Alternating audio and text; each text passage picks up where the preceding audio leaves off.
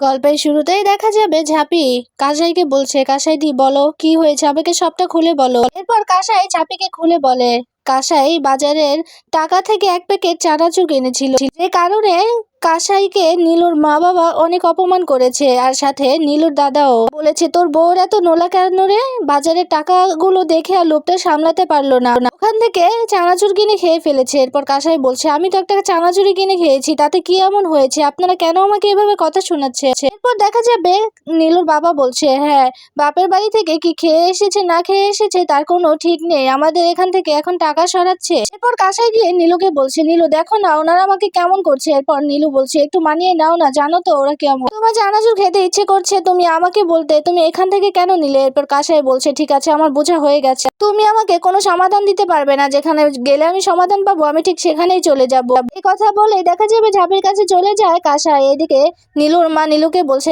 যা নীলু ওকে আটকা, ও ঝাঁপির কাছে যাচ্ছে। এই কথা বলতেই নীলুও পিছু পিছু চলে যায়। এইদিকে কাসাই সবটা খুলে বলে ঝাঁপিকে, এরপর কান্না করতে থাকে। এরপর ঝাঁপি বলছে, কাসাইদি তুমি এভাবে ভেঙে পড়ো না, একটু শান্ত হও, আমি দেখছি বিষয়টা। এরপর কাসাই বলছে, নীলু তো আগে অনেক কথাই বলতো, কিন্তু নীলু এখন অনেক চেঞ্জ হয়ে গেছে, ও আমার হয়ে কোনো কথাই ওর পরিবারকে বলে না। এদিকে দেখা যাবে রেশব এসব কিছু শুনে মনে মনে বলতে থাকে, না না এটা তো অন্যায়, ও তো একটা চানাচুরি খেয়েছে, তাতে কি এমন হয়েছে, এটা অন্যায়, কিন্তু এখন আমি কি বলবো, এটা ওদের পার্সোনাল ব্যাপার। এদিকে দেখা যাবে ঝাঁপি কাসাইকে বলছে, কাসাইদি তুমি একটু শান্ত হও। তখনই সেখানে নীলু চলে আসে। নীলু এসে ঝাঁপিকে বলছে, সরি রে ঝাঁপি, তোদের কাজের ফাঁকে এতটা সমস্যা করলো কাসাই, জানিস তো আমি ওকে বারবার বলেছি ও শোনেনি, চলো কাসাই বাড়িতে চলো, আর তোমাদের সময় নষ্ট করার জন্য আই এম এক্সট্রিমলি সরি। এরপর এই কথা বলেই নীলু কাসাইয়ের কাছে যায়। এরপর বলছে, কাসাই বাড়ি চলো। এরপর ঝাঁপি বলছে, না নীলুদা, কাসাই দিয়ে এখন বাড়িতে যাবে না, ও যেহেতু আমার কাছে একটা সমাধানের জন্য এসেছে আর বাড়িতে এত কিছু হয়ে গেছে, যেহেতু এখন এভাবে সমাধান ছাড়া বাড়িতে যেতে পারে না। এরপর নীলু বলছে, ঝাঁপি তুই বুঝতে পারছিস না। এরপর ঝাঁপি বলছে, আমি বুঝতে পারছি নীলুদা, তুমি বুঝতে পারছো না, বরং তুমি নিজেকে ভুল প্রমাণিত করলে আমার সামনে। এরপর নীলু বলছে, আরে ও একটু প্যানিক করছে, জানিসই তো ঝাঁপি কাসাই একটু বাচ্চাদের মতো করে। এরপর ঝাঁপি বলছে, হ্যাঁ জানি কাসাইদি বাচ্চাদের মতো করে, কিন্তু আজকের এই বিষয় একদমই বাচ্চামো না, ও যা করেছে একদম ঠিক কাজ করেছে আমার কাছে এসে।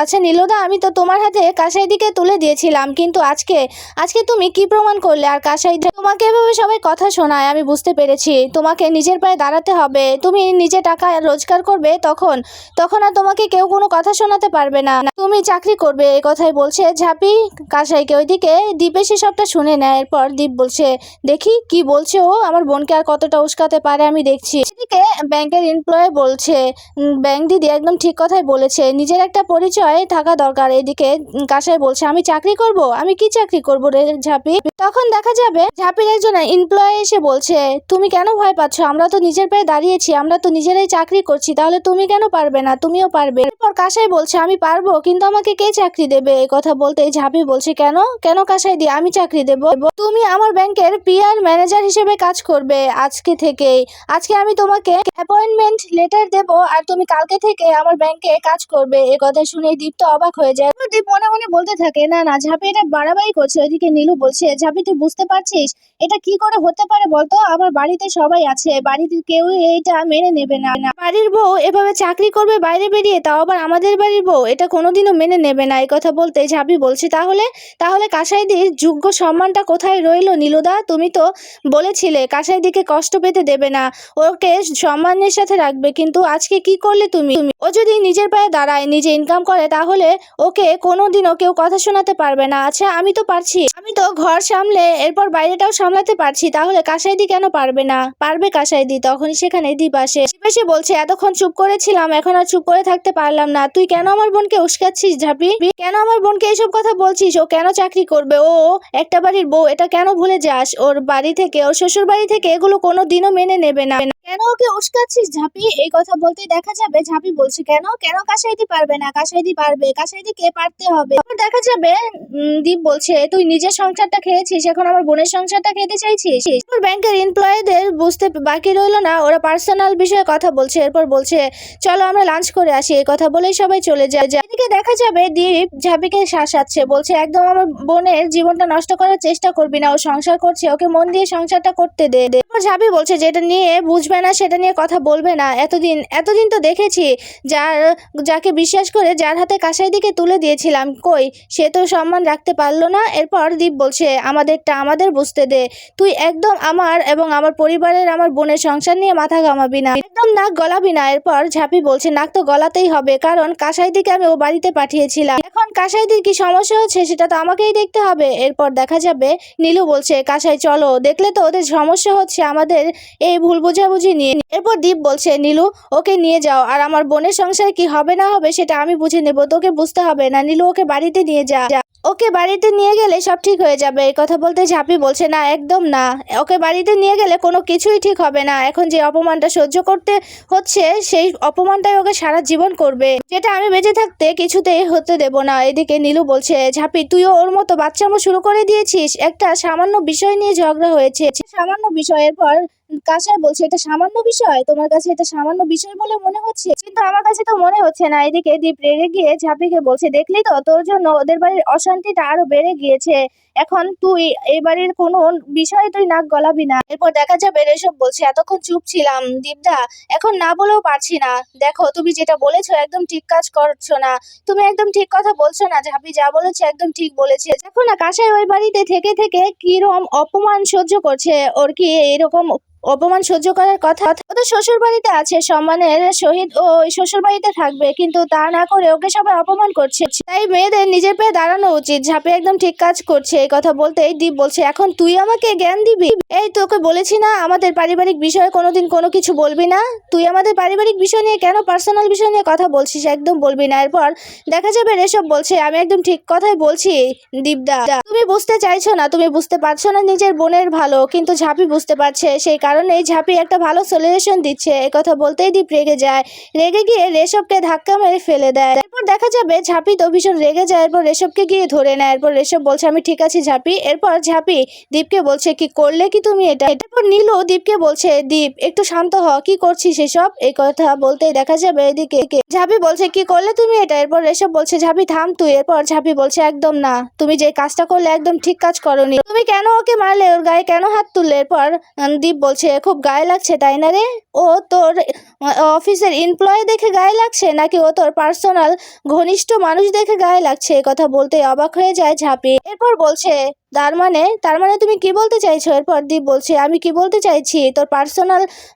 ব্যক্তিগত মানুষ দেখে তোর গায়ে লাগছে? এরপর ঝাঁপি বলছে হ্যাঁ, তুমি যদি তাই মনে করো তাহলে তাই, ও তো কোনো ভুল কিছু বলেনি, তারপরেও তুমি ওর গায়ে কেন হাত তুললে বলো? এ কথা বলতে দীপ বলছে ও তার মানে অনেক গায়ে লাগছে, খুব খারাপ লাগছে তাই না? এরপর ঝাঁপি বলছে হ্যাঁ খারাপ তো লাগবে, তুমি এক্ষুনি ওকে সরি বলবে, এক্ষুনি বলো বলছি তুমি কেন ওর গায়ে হাত তুললে? এই কথা বলতেই দেখা যাবে দীপ বলছে কি বললি? এরপর ঝাঁপি বলছে আমি একদম ঠিক কথাই বলছি, আর তুমি এখানে কেন এসেছো, কেন আমার অফিসে এসেছো বলো তো, কেন ব্যাংকে এসেছো? আমাদের বুঝে নিতে দাও। এদিকে রেশব বলছে ঝাঁপি তুই একটু থাম না।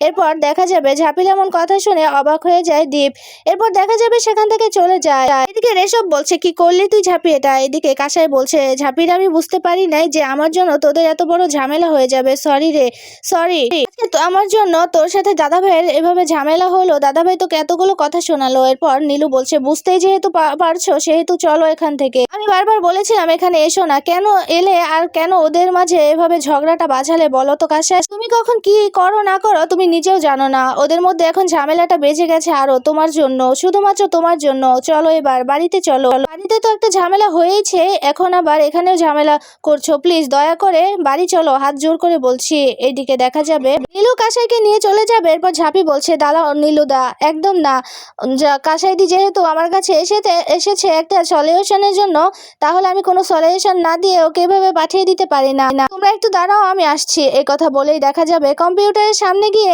একটা জয়েনিং লেটার বানিয়ে নেয় ঝাঁপি, এরপর গিয়ে কাঁসাইকে দেয়। এরপর বলছে এই নাও এটা তোমার জয়েনিং লেটার, কাল থেকেই তুমি আমার ব্যাংকে পিআর ম্যানেজার হিসেবে জয়েন করবে, নাও কাঁসাইদি। এই কথা শুনেই তো অবাক হয়ে যায় কাঁসাই। এরপর সেই লেটারটা হাতে নিয়ে ভীষণ খুশি হয়ে যায় কাঁসাই। এরপর বলছে অনেক ধন্যবাদ রে ঝাঁপি, অনেক ধন্যবাদ তোকে। এই কথা বলে কাঁদছে কাসাই এরপর ঝাঁপিকে জড়িয়ে ধরে। এরপর ঝাঁপি বলছে, না কাসাই দি আর একটুও কান্নাকাটি করবে না। এরপর দেখা যাবে নীলু বলছে, কাসাই চলো এবার বাড়িতে, যদি হয়ে থাকে বাড়িতে সবাই অপেক্ষা করছে, কি অপেক্ষা করছে আমি জানি না সত্যি।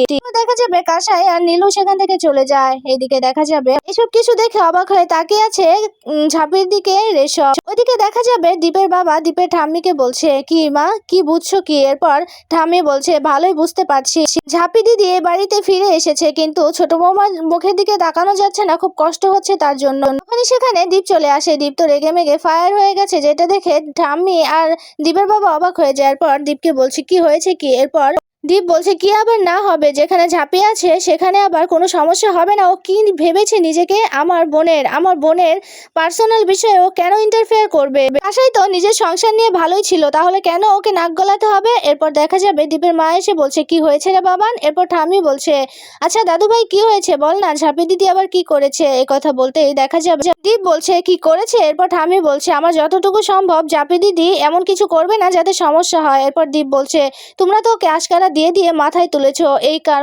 কারণেই শুধু ও লাই পায়। এরপর মনে মনে দীপের মা বলতে থাকে, কি আবার করলো এই মেয়ে? এরপর দেখা যাবে দীপ বলছে, কাসাইকে চাকরি দিয়েছে, ঝাঁপির ব্যাংকে পিআর ম্যানেজার হিসেবে চাকরি দিয়েছে তোমাদের ঝাঁপি। এই কথা শুনেই তো ভীষণ অবাক হয়ে যায় ঠাম্মি আর দীপের বাবা সহ বাড়ির সবাই। এরপর দেখা যাবে দীপ বলছে, এই কথা আমি বলতে গেছি, আবার সেই মাঝখান থেকে এসে রেশমও কথাটা বলে ফেললো, রেশমও আমাকে জ্ঞান দেয়। এ কথা বলতেই দেখা যাবে দীপের বাবা বুঝে যায়। এরপর ঠাম্মিকে বলছে, দেখলে মা ওর জ্বালাটা কোথায় হচ্ছে, ও জেলাস ফিল করছে রেশবকে নিয়ে। এদিকে দেখা যাবে ইনকা রনিতকে বলছে, আমরা খুঁজছিলাম রেশবকে দিয়ে দীপকে জেলাস ফিল করাবো, কিন্তু রাস্তা আমাদের সামনে এসে ধরা দিয়েছে। এই কথা বলে রনিত আর ইনকা হাসতে থাকে। এদিকে দেখা যাবে ঝাঁপি রেশবকে বলছে, এক্সট্রিমলি সরি রে, তোকে এভাবে অপমানিত হতে হলো শুধুমাত্র আমার জন্য। এরপর রেশব বলছে, কি ঝাঁপি কি বলছিস কি তুই বলতো? তবে আমার কি মনে হয় জানিস, দীপদা তোকে সত্যিই ভালোবাসে, যদি ভালো না বাসতো তাহলে আমাকে নিয়ে এভাবে জেলাস ফিল হতো না। তুই আমার হয়ে কথা বলেছিস দেখেও জেলাস ফিল হয়েছে, সেই কারণেই কিন্তু ও এভাবে রিয়েক্ট করেছে। আমার মনে হয় দীপদা তোকে ভীষণ ভালোবাসে।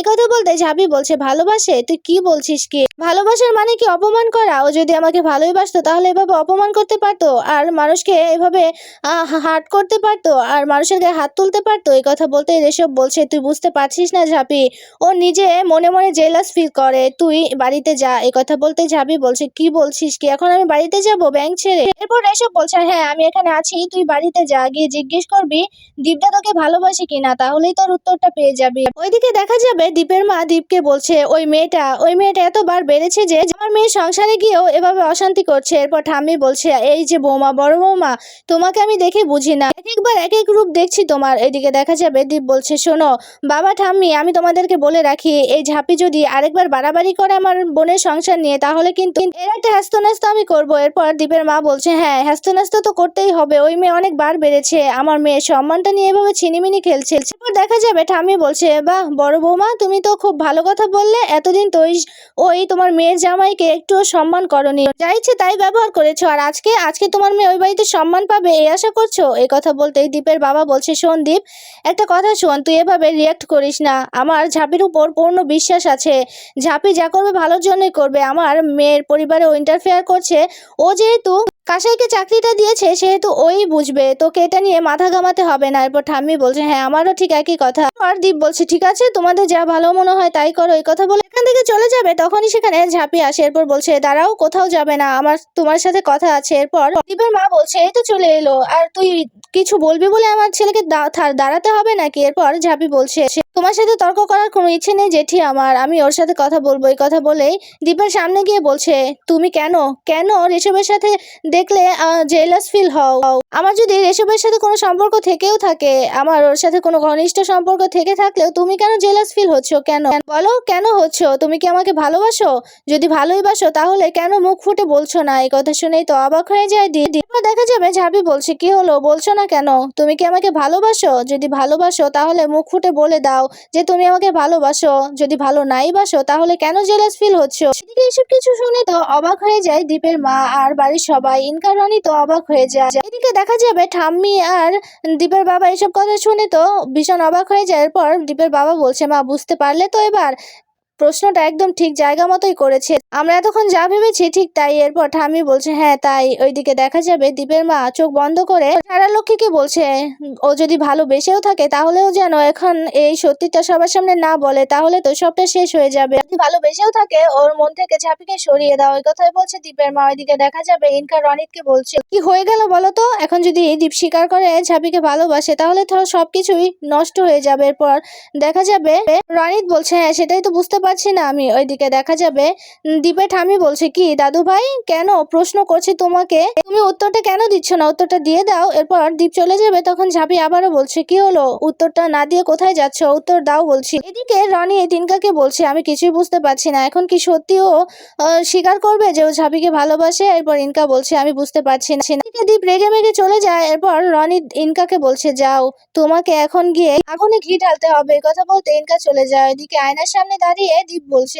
আচ্ছা রেশবের সাথে যদি ঝাঁপির কোনো ঘনিষ্ঠ সম্পর্কই থাকে তাহলে আমার কেন এত জেলাস ফিল হচ্ছে, তাহলে কি ঝাঁপির কথাই সত্যি, আমি ঝাঁপিকে ভালোবাসতে শুরু করেছি। এই কথা বলে ঝাঁপির কথাই মনে করতে থাকে। এরপর দীপ বলছে না না আমি ওকে কেন ভালোবাসবো, কেন, ও তো একটা মিথ্যেবাদী, ও আমার সাথে মিথ্যে প্রতারণা করেছে, তাহলে কেন আমি ওকে ভালোবাসবো, না না ওকে আমি ভালোবাসি না, বাসি না ওকে ভালো।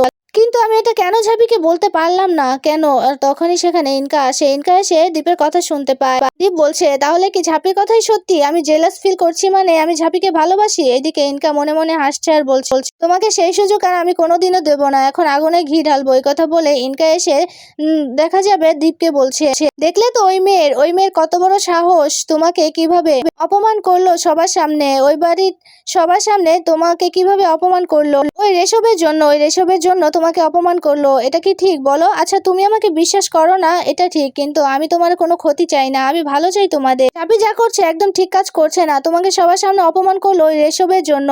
শোনো ঝাঁপি কিন্তু দুই দিকেই দু নৌকায় পা দিয়ে চলতে চাইছে, তো এখানে তোমার সাথে সম্পর্ক আছে আর ওখানে ওই রেশবের সাথেও সম্পর্ক রাখছে যাতে ওর পুরো লাইফটা সুন্দরভাবে গোছাতে পারে, যেটা তুমি বুঝতে পারছো না দীপ। ঝাঁপি এতটা চালাক তুমি বুঝতেও পারছো না। এরপর দীপ বলছে এখান থেকে বেরিয়ে যাও বলছি, আমি তোমার সাথে কথা বলতে চাই না, আমাকে প্লিজ একা থাকতে দাও, আমাকে কি শান্তি দেবে না তোমরা। এরপর দেখা যাবে দীপ বেরিয়ে যায় ইনকাকে রেখে। ঝাঁপিকে সান্ত্বনা দিতে থাকে ঠাম্মি। তখনই দীপকে বেরিয়ে আসতে দেখে বলছে এই তো দাদু ভাই, কি হলো এভাবে রেগে মেগে কোথায় যাচ্ছিস তুই, ঝাঁপি দিদির উত্তরটা দিয়ে দেয় না। এই কথা শুনে এই দীপ চলে যাবে তখন ঝাঁপি আবারও বলছে কোথায় যাচ্ছ, উত্তরটা দিয়ে যাও, তুমি কি আমাকে সত্যিই ভালোবাসো, ভালো যদি বাসো তাহলে কেন বলছো না, তুমি কেন জেলাস ফিল হচ্ছ, যদি সত্যি ভালোবাসো আমাকে বলে দাও। এরপর দীপ আর কিছু না বলে সেখান থেকে হনহন করে বেরিয়ে যায়। এইদিকে ঠাম্মি ঝাঁপিকে বলছে ঝাঁপি দিদি তুই এভাবে কান্না করিস না, দেখবি সব ঠিক হয়ে গেছে, আগামী দুদিনের মধ্যে দাদু ভাই তোকে ঠিক সত্যিটা বলে দেবে, ও যে তোকে ভালোবাসে তার আর কোনো সন্দেহ রইলো না, ও তোকে দুদিনের মধ্যেই ভালোবাসি কথাটা বলে দেবে। এই কথাই বলছে ঠাম্মি। ওইদিকে দেখা যাবে ইনকা আর রনিত দাঁড়িয়ে আছে। ইনকা রনিতকে বলছে আমার যা করার আমি করে দিয়েছি, আগুনে ঘি আমি ঢেলে দিয়েছি, এখন শুধু রিয়াকশন হওয়ার পালা। এরপর রনিত বলছে আমি কিছু বুঝতে পারছি না, দীপ কি সত্যি বলে দেবে ঝাঁপিকে ভালোবাসে। এরপর ইনকা বলছে আমিও কিছু বুঝতে পারছি না, কি হবে কিছুই বুঝতে পারছি না আমি। ওইদিকে দেখা যাবে পরের দিন সকালবেলা ঝাঁপি ব্যাংকে চলে যাবে। এরপর চুন্নিকে বলছে তুই ছোট কাকিমাকে খাবারটা খাইয়ে দিস, আমি যাই। চুন্নি বলছে তুই যা, কোনো চিন্তা করিস না। এরপর ঝাঁপি চলে যাবে তখনই একজন চিঠিওয়ালা আসে। এরপর চিঠি এনে ঝাঁপিকে ডাকে, বলছে আপনি কি ঝাঁপি সরকারের, যে আপনার নামে একটা চিঠি এসেছে। এরপর ঝাঁপি বলছে হ্যাঁ দিন। এই কথা বলেই সে চিঠিটা হাতে নেয়। এরপর সেই চিঠিটা খুলতেই চমকে যায় ঝাঁপি। এদিকে দেখা যাবে সবাই অবাক হয়ে যায়, বলছে কিসের চিঠি এসেছে। ইনকা আর রনিত কথা বলছে। ওইদিকে ঝাঁপি বসে পড়ে চিঠিটা হাতে নিয়ে। এরপর চুন্নি কিছুটা আন্দাজ করতে পারে। এরপর চুন্নি গিয়ে ঝাঁপিকে বলছে কিরে ঝাঁপি কিসের চিঠি এলো দেখি, কোনো সমস্যা হয়েছে কি, এ কথাই বলছে চুন্নি। ওইদিকে রান্না করছিল দীপের মায়ের পর বলছে কি আবার নাটক শুরু হলো, কিসের চিঠি এলো কিছুই তো বুঝতে পারছি না, গিয়ে দেখি তো। এদিকে দেখা যাবে ঝাঁপি বলছে ও আমাকে ডিভোর্স লেটার পাঠিয়েছে। যে কথা শুনে ভীষণ চমকে যায় চুন্নি, বলছে কি বলছিস কি। এদিকে দেখা যাবে ইনকা খাবার খাচ্ছিল। এরপর বিষম খেয়েছে সেই কথাটা শুনে। এদিকে ঝাঁপি কান্নাকাটি করছে, বলছে আমি ওকে এতটাই বিরক্ত করেছি, আমি ওকে এতবার প্রশ্ন করাতেও ও আমাকে উত্তর দেয়নি, তাই বলে আজকে ও আমাকে ডিভোর্স লেটার পাঠিয়ে দিল। এই কথা বলতেই চমকে যায় দীপের মার, ভীষণ খুশিও হয়। এদিকে দীপের বাবা বলছে কি বলছিস কি তুই এসব, দেখি কি হয়েছে, তোর কোথাও ভুল হচ্ছে রে ঝাঁপি, দেখি লেটারটা। এই কথা বলে লেটারটা হাতে নেয়। এরপর পড়ে ভীষণ অবাক হয়ে যায়। এদিকে অবাক হয়ে তাকিয়ে আছে চুন্নি। এরপর দীপ আসে, দীপের বাবা ডেকে বলছে, এই দীপ এদিকে আয়, এটার মানে কি? কি পাঠিয়েছিস তুই এটা? এরপর দীপ বলছে, কেন দেখতে পাচ্ছ না ডিভোর্স লেটার? আমি ঝাঁপিকে ডিভোর্স দেবো। এইদিকে দেখা যাবে এই কথা শুনে ভীষণ খুশি হয়ে যায় দীপের মা। এরপর ঝাড়ালক্ষ্মীকে ডেকে বলছে, তুমি এতদিন বাদে আমার মুখ তুলে তাকিয়েছো, আমার দিকে তাকিয়েছো। আমার বাবা এতদিনে সুবুদ্ধি ফিরে পেয়েছে। এদিকে দেখা যাবে দীপ ঝাঁপিকে বলছে, তুই কালকে আমাকে প্রশ্ন করেছিলিস না যে আমি তোকে ভালোবাসি কিনা? আমি তোকে পুরো মুখ ফুটে বলতে পারিনি কাল, তাই তো আজকে এটা প্রমাণ হিসেবে পাঠালাম। শোন, আমি তোর পার্সোনাল লাইফে আর ইন্টারফেয়ার করতে চাই না, তাই আমি ডিভোর্স লেটার পাঠিয়েছি। আশা করছি তুইও ডিভোর্স লেটারে সইটা করে দিবি, কারণ তোর পার্সোনাল লাইফে আমি অনেক ইন্টারফেয়ার করি, যেটা তোর একদম পছন্দ না। এখন থেকে তুই তোর যা খুশি তুই তাই করতে পারবি। আমি আর তোর পার্সোনাল লাইফে ইন্টারফেয়ার করব না ঝাঁপি। তোর মতো করে তুই বাঁচতে পারবি, তোর মতো করে তোর জীবন সঙ্গী তুই চয়েস করতে পারবি। এখন আর তোকে কারোর সাথে দেখলেও আমি কিছু বলবো না, তোকে মুক্তি দিয়ে দিয়েছি আমি ঝাঁপি। এই কথা শুনে দেখা যাবে ইনকা তো ভীষণ অবাক হয়ে যায়। এরপর রনিতকে বলছে, আচ্ছা রনিত, তুমি আমাকে একটু চিমটি কাটো দাও, আমি দেখি আমি স্বপ্ন দেখছি কিনা। এরপর রনিত বলছে, না ইনকা, স্বপ্ন দেখছো না, এটা বাস্তব, একদম বাস্তব সিনারি দেখছো। এদিকে দেখা যাবে দীপের মা ঝাড়ালক্ষ্মীর কাছে হাত জোর করে বলছে, এতদিনে আমার ছেলেটার সুবুদ্ধি ফিরেছে, এতদিনে আমার ছেলেটা একটা ভালো ডিসিশন নিয়েছে। এ কথাই বলছে দীপের মা। ওইদিকে দেখা যাবে দীপ চলে যাবে, তখন দীপের বাবা দীপকে বলছে, কি বলছিস কি তুই এটা কি করেছিস? এটা ঠিক না, এটা ঠিক হয় না। এই কথা বলতেই দীপ বলছে, আমি যা করেছি একদম ঠিক কাজ করেছি বাবা। ঝাঁপি, তুই আজকে থেকে একেবারে মুক্ত, তোকে আর কখনো আমার আমার এত কথা শুনতে হবে না, এত নজরদারিতে তোকে থাকতে হবে না। এই কথাই বলছে দীপ। এইদিকে ঝাঁপি ভীষণ কান্নাকাটি করছে। এরপর ঝাঁপি মনে করতে থাকে দীপের সেই সিঁদুর পরানোর কথাটা। তখনই ঝাঁপির ফোনটা বেজে ওঠে। এরপর ঝাঁপি ফোনে দেখতে পায় কাসাই ফোন করেছে। এরপর কাসাইয়ের ফোনটা রিসিভ করে এরপর বলছে, হ্যাঁ কাসাই দি, তুমি তৈরি হয়েছো? এরপর কাসাই বলছে, হ্যাঁ হ্যাঁ আমি তৈরি হয়েছি ঝাঁপি, আর তুই কি করছিস? এরপর ঝাঁপি বলছে, এই তো কিছু না, আমি দাঁড়িয়ে আছি, এবার তুমি যাও, তুমি লাইনেই থাকো আমার সাথে, তুমি সবার সাথে যাও, গিয়ে সবাইকে প্রণাম করো, সবাইকে বলে তারপর বেরো। এই কথাই বলছে ঝাঁপি। এরপর কাসাই বলছে, কিরে ঝাঁপি, তোর কি কিছু হয়েছে? তোর গলাটা এমন শোনাচ্ছে কেন? এরপর ঝাঁপি বলছে, না কাসাই দি, একটু ঠান্ডা লেগেছে তো সেই কারণে। এদিকে চুন্নি কিছু বলতে যাবে, তখন কাসাই বলছে, না কিছু বলো না, শুধু শুধু টেনশন করবে মেয়েটা। এদিকে ঝাঁপির এমন কনফিডেন্স দেখে অবাক হয়ে যাচ্ছে দীপ। এদিকে ঝাঁপি বলছে, যাও গিয়ে সবার কাছ থেকে প্রণাম চেয়ে আসো। এদিকে চুন্নি বলছে, কি করছিস কি তুই, কাসাই দিকে বল। এরপর ঝাঁপি বলছে, না মেয়েটার এমনিতে বাড়িতে অনেক ঝামেলা, এখন আমার কথা শুনলে অনেক চিন্তা করবে, সেটার আর কোনো দরকার নেই, আমি ওকে চিন্তা করতে দিতে পারি না। এরপর কাসাই বলছে, কি রে ঝাঁপি, কি হয়েছে, কিছু হয়েছে কি? এরপর ঝাঁপি বলছে, না তুমি কোনো চিন্তা করো না, কিছু হয়নি, তুমি গিয়ে প্রণাম করে আসো সবাইকে, আর আমি লাইনে আছি, কে কি বলছে আমি সেই কথা শুনবো। এই কথা বলতে কাসাই বলছে, হ্যাঁ ঝাঁপি তুই লাইনে থাক, আমি যাচ্ছি। এইদিকে দেখা যাবে ঝাঁপির এমন কথা শুনে ঠাম্মি বলছে, দেখলে তো, দেখলি মেয়েটার কত ধৈর্য, নিজের এমন এত বড় একটা বিপদ, তারপরও কাসাইকে কোনো কিছুই জানাতে চাইছে না, কাসাইকে একটুও চিন্তা করতে দিচ্ছে না, দেখলি তো কতটা টান মেয়েটার। এদিকে দীপের বাবা বলছে, হ্যাঁ আমার ছেলেটা, আমার কোলাঙ্গার ছেলেটাই সেটা বুঝলো না, তবে বুঝবে, অনেক দেরি হয়ে যাওয়ার পর বুঝবে। এদিকে দেখা যাবে সবাই ড্রয়িং রুমে চা খাচ্ছিল। এরপর নীলু চলে যাবে, নীলুকে বলছে, কোথায় যাচ্ছিস? এরপর নীলু বলছে, অফিস যাচ্ছি আমি।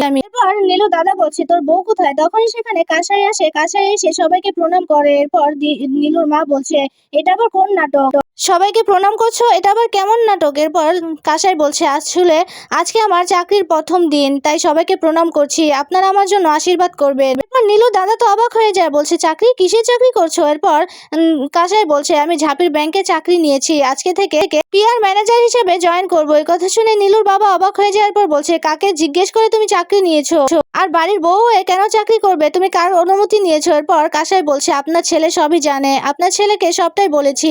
এরপর নীলুর মা বলছে, কিরে নীলু, তুই সবটা জানতিস, এ মেয়ে চাকরি নিয়েছে, আমাদের তো কিছু বলিসনি? এরপর নীলু বলছে, আমি ওকে বুঝিয়েছি মা, ও বুঝেনি, ও চাকরি করবে। এরপর দেখা যাবে নীলুর মা বাবা অনেক কথা শোনাতে থাকে। এরপর কাসাই বলছে, আমি তো নিজের পায়ে দাঁড়াতে চাই, আপনারা আমাকে অনেক অপমান করেন, যেটা আমি সহ্য করব না, এই কারণে আমি নিজের পায়ে দাঁড়াবো, আর আমি নীলুকে সবটা বলেছি, নীলু সবটাই জানে। এরপর নীলুকে নীলুর মা বলেছে, দেখলি তো, আমি বলেছিলাম না এই মেয়েকে এতটা আশকারা দিস না, এরপর না মাথায় উঠে নাচবে। এখন আমার কথা সত্যি হলো তো, এবার প্রমাণ পেলি তো আমার কথার সত্যটা। এই কথা বলতেই নীলুর বাবা বলছে, আমাদের এই দিনও দেখতে হচ্ছে যে বাড়ির বউ কিনা চাকরি করবে। এরপর নীলুর দাদা বলছে, তুই এই মেয়ের জন্য অনেক পস্তাবি, দেখিস নীলু, এই মেয়ে বাইরে চাকরি করতে যাবে, তুই অনেক পস্তাবি, এই মেয়ে আমাদের বাড়ির মান সম্মান একেবারে ডুবিয়ে ছাড়বে। এই কথাই বলছে নীলুর দাদা নীলুকে। এরপর দেখা যাবে অবাক হয়ে যায় কাসাই নীলুকে বলছে, কি তুমি কিছু বলছো না কেন? ওইদিকে দেখা যাবে ঝাঁপি কাসাইকে বলছে, তুমি উত্তর দাও, তোমাকে অপমান করছে, তুমি উত্তর দাও কাসাই দি, তুমি বলো যে চাকরি করা অত খারাপ কিছু না, তুমি চাকরি করবে। এরপর কাসাই বলছে, আমি চাকরি করব, চাকরি করাটা দোষের কিছু নয়, এই কথাই বলছে কাসাই। ওইদিকে দেখা যাবে ঝাঁপিকে দীপ বলছে, তুই আমার ডিভোর্স লেটারে কেন সইটা করিসনি, আর কাসাইকে নিয়ে তুই একদম বাড়াবাড়ি করবি না। এরপর ঝাঁপি বলছে, আমি তোমাকে ডিভোর্স লেটারে সই করব না, কারণ তুমি আমাকে যে ভুল ধারণা নিয়ে ডিভোর্স দিতে চাইছো, সেই ভুল ধারণা আমি ঠিক ভেঙে দেবো। আমি দুদিন সময় নিচ্ছি, দুদিনের মধ্যে সব সত্যিটা আমার সামনে নিয়ে আসবো। এরপর ইনকা এসে বলছে, এই তোমাকে ও ডিভোর্স দিতে চাইছে, তুমি কেন ডিভোর্স লেটারে সই করছো না? সইটা করে দাও ঝাঁপি, আর বাড়াবাড়ি করো না, দীপ চাইছে তুমি ডিভোর্স দিয়ে দাও। এরপর ইনকাকে ঝাঁপি বলছে, হ্যাঁ আমি ডিভোর্স লেটারে সই করে দেই, তারপর তুই এসে এই বাড়িতে এসে জেকে বসবি, যেটা আমি কোনোদিনও হতে দেব না। এই বাড়ির কারো কোনো ক্ষতি আমি হতে দেব না, তুই সবার ক্ষতি করার চেষ্টা করছিস, যেটা কোনোদিনও পারবি না। এরপর দীপ ঝাঁপিকে চ্যালেঞ্জ করছে, তুই এই দুদিনের মধ্যে, কালকের মধ্যেই তুই আমাকে ডিভোর্স লেটারে সই করবি, এটা আমার চ্যালেঞ্জ। এরপর ঝাঁপি বলছে, আমিও দেখবো তুমি চ্যালেঞ্জে কি করে যেত, আমি সব প্রমাণ তোমার সামনে নিয়ে আসবো, তুমি আমার ভুল ধারণা করে আছো, যেটা প্রমাণ আমি তোমার সামনে নিয়ে আসবো। এই কথা বলতে অবাক হয়ে যায় দীপ।